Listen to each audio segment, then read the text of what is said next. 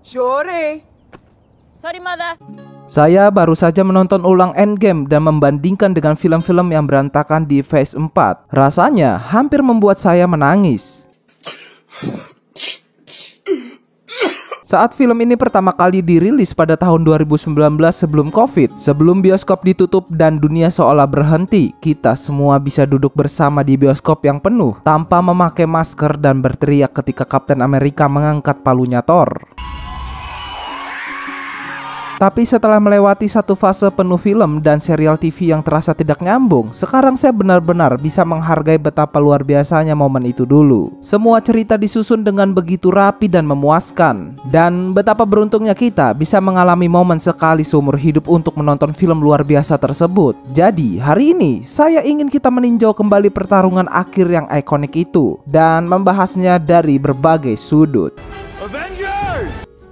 Assemble. Mari kita mulai dari adegan portal. Ya, saya akui, saya masih terbawa emosi setiap kali menonton adegan ini. Saat kita mengira semua harapan telah hilang, tiba-tiba suara Sam terdengar dan saat itu kita langsung tahu bahwa semua pahlawan favorit kita akan muncul.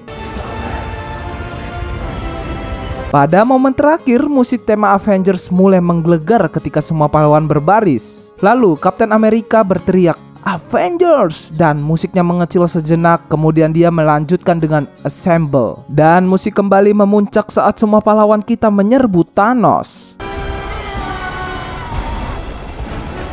Urutan peristiwa ini benar-benar tertanam di pikiran saya. Kalian mungkin tidak mengerti, tapi sehebat apapun adegan ini, sayangnya adegan ini juga sendiri menghancurkan semua adegan pertempuran Marvel di masa depan. Hah? Mengapa? Pasti kalian berpikir seperti itu. Jawabannya ya karena kita dimanjakan habis-habisan oleh Endgame. Tapi kembali ke bagian yang bagus. Perhatikan adegan saat semua pahlawan menyerbu. Lihat betapa banyak hal yang terjadi dalam satu frame. Karakter utama kita berlari di depan, sementara semua karakter CGI berada di belakang. Lalu di tengah-tengah adegan, Spider-Man terlihat berayun dari tangan Ant-Man, sementara Rocket berselancar di atas War Machine. Di latar belakang terlihat pasukan besar dengan cahaya-cahaya di langit, reruntuhan dan asap yang menambah suasana dramatis. Kemudian ada juga karakter CGI lain yang sedang terbang. Dan kamera mengikuti Hulk untuk menghancurkan pesawat Chitauri serta melempar musuh-musuhnya. Lalu Leviathan yang dulu menjadi ancaman besar di film Avengers pertama, kini hanya dipukul wajahnya oleh Ant-Man. Kemudian cara kamera kembali turun untuk melanjutkan aksi tersebut sungguh luar biasa. Saya tidak akan pernah bosan untuk melihat pembahasan efek visual dari adegan epic ini.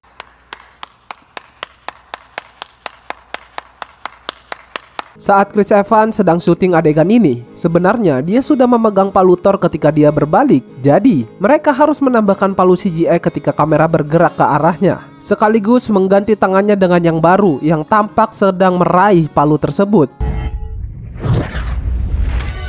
Atau di adegan ini, dia hanya mengayunkan tongkat dan bagian logamnya ditambah kemudian saat proses editing.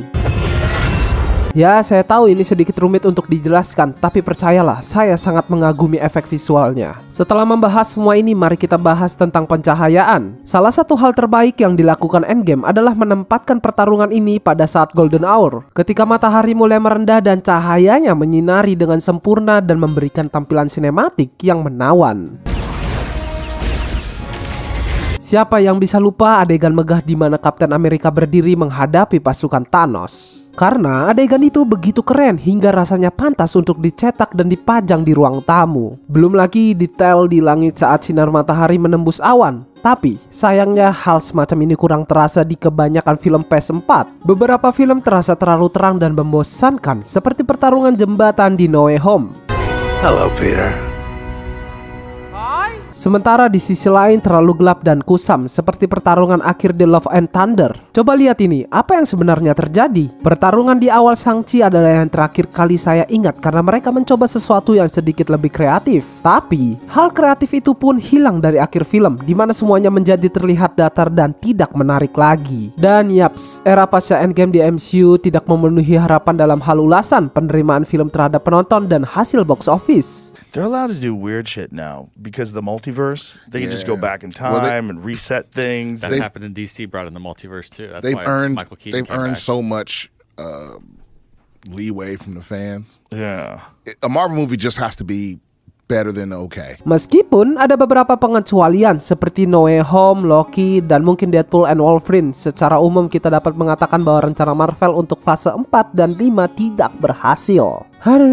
Mereka mengira bahwa orang-orang akan terus menonton proyek mereka meskipun kualitasnya jelek. Hal ini menjadi satu-satunya penjelasan untuk keputusan melanjutkan proyek seperti Echo, Ironheart, Agatha, Wonder Man, atau White Vision. Tidak ada yang tertarik menonton Echo di Disney Plus, dan saya yakin hal yang sama terjadi untuk proyek-proyek Marvel terbarunya. Oke, dalam konteks MCU, Joanna Robinson menjelaskan bahwa para eksekutif Marvel yakin bahwa Quantumania akan sukses. Dan mereka terkejut saat film tersebut gagal di box office dan tidak disukai oleh penonton. Saya tidak berpikir Quantumania adalah film superhero terburuk yang pernah ada, seperti yang sering dikatakan orang. Film itu mungkin saja menghasilkan lebih dari 470 juta dolar, tetapi tidak ada penonton yang mengatakan ini adalah film superhero terbaik yang pernah saya lihat. Ya, mereka mengira kita akan menerima apa saja setelah Infinity Saga, tetapi kenyataannya tidak demikian. Justru, para penggemar film superhero menjadi lebih menuntut setelah Endgame. Salah satu perbedaan utama antara MCU dan DCU adalah kesinambungan. Marvel Studio selalu memiliki satu sosok yang bertanggung jawab, satu produser yang merancang satu cerita di semua proyek dan menentukan proyek mana yang dilanjutkan. Maksudnya, dulu Marvel mengambil waktu untuk memperkenalkan beberapa karakter satu persatu sebelum menyatukan mereka dalam sebuah acara besar. Namun setelah Endgame, segalanya berubah. Dengan jumlah proyek yang meningkat pesat, menjadi tidak mungkin cerita dalam film-film barunya terasa matang.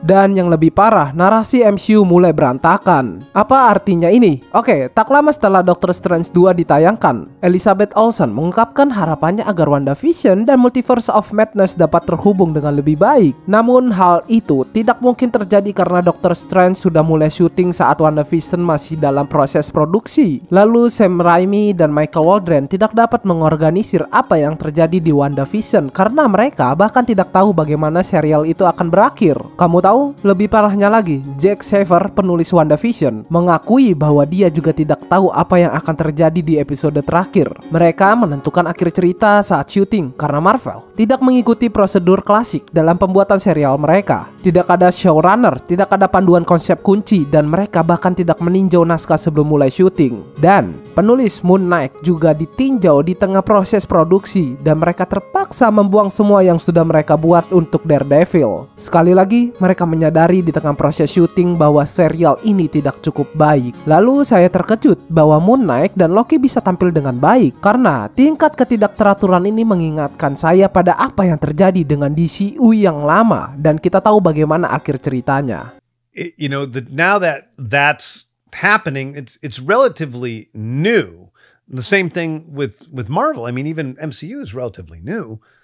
Ya, saya tahu dunia telah kembali normal setelah COVID, tetapi fase 4 dan 5 masih sangat kacau. Ada perubahan jadwal seperti merilis No Way Home sebelum Doctor Strange 2 yang mempengaruhi alur cerita kedua film tersebut. Oke, contoh lainnya ya, apakah kamu merasa aneh bahwa Ned tiba-tiba bisa belajar sihir? Padahal ya, rencana awalnya adalah agar America Chavez memanggil Spider-Man yang diperankan oleh Andrew dan Tobey. Tetapi setelah mengganti tanggal rilis, hal itu tidak bisa terjadi karena America Chavez harus muncul terlebih dahulu di Doctor Strange 2. Saya yakin jika Doctor Strange dirilis sebelum No Way Home, penerimaan Multiverse of Madness pasti akan jauh lebih baik. Dan ya, saya hampir tidak melihat persiapan menuju Secret Wars saat ini. Yang saya lihat, Secret Wars bahkan tidak akan mendekati pencapaian saga Infinity dengan laju yang ada saat ini. Hampir tidak ada persiapan untuk Secret Wars dalam dua fase saga multiverse sejauh ini. Dan jika mereka mencapai tanggal rilis Mei 2027, hanya tersisa 3 tahun untuk membangun sesuatu yang layak untuk ditonton. Jujur saja, melihat apa yang kita miliki dalam beberapa tahun terakhir, saya sulit percaya bahwa ini menjadi final besar yang dipikirkan Marvel dan Kevin Feige, mengingat kurang jelasnya arahan dalam produk Marvel terbaru.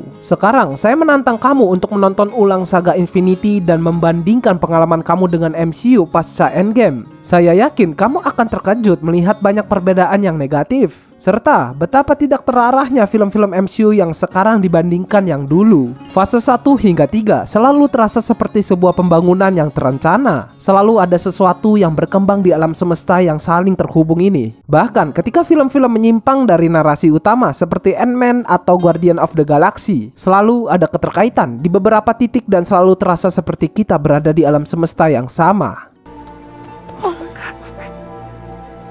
Ini yang menjengkelkan. Saya sering mendengar orang-orang berkata, "Oh, Marvel sedang bereksperimen dengan genre yang berbeda di fase 4 dan 5. Tidak semuanya harus terhubung dan menjadi blockbuster superhero besar." Ya, banyak yang mengungkapkan pandangan ini tentang kondisi MCU saat ini dan berusaha membelanya. Namun, sebenarnya fase 1 hingga 3 juga melakukan eksperimen dengan berbagai genre dan sudut pandang yang berbeda. Tetapi tetap terasa sebagai satu visi yang berkesinambungan. Di fase 1 hingga 3, kita bisa melihat cerita pencurian, petualangan luar angkasa, dan film yang menampilkan tim superhero besar. Ya, semuanya tetap terasa berada dalam satu alam semesta yang sama. Rasanya seperti mereka membuat apapun yang mereka inginkan hanya karena bisa, bukan karena itu masuk akal. Saya merasa ide multiverse ini memberi Kevin Feige kebebasan untuk melakukan apapun tanpa mempertimbangkan apakah itu logis atau tidak. Dengan adanya multiverse, mereka bisa menghidupkan kembali karakter ikonik, bermain dengan nostalgia, atau membunuh karakter, tetapi karakter tersebut tetap hidup karena multiverse. Kita tahu bahwa kejenuhan adalah masalah besar dengan MCU saat ini dan sudah menjadi masalah selama beberapa waktu. Namun kelemahan dari kejenuhan adalah audiens yang tidak lagi terlibat dengan superhero yang ada. Kita sudah beberapa tahun mengalami masalah ini dan MCU tidak sadar-sadar kalau filmnya sudah mulai membosankan. Marvel perlu duduk serius dan melihat apa yang mereka lakukan dengan MCU karena mereka perlu gebrakan. Entah itu menjauhi dari politik atau mengurangi kebosanan dalam penulisan ceritanya lebih ringkas dan lebih bertujuan. Terlepas dari itu, ada banyak solusi yang bisa mereka lakukan untuk memperbaiki MCU. Tapi ya balik lagi ke para petinggi Marvel, apakah mereka ingin merubah ini semua untuk ke arah yang lebih baik atau tidak?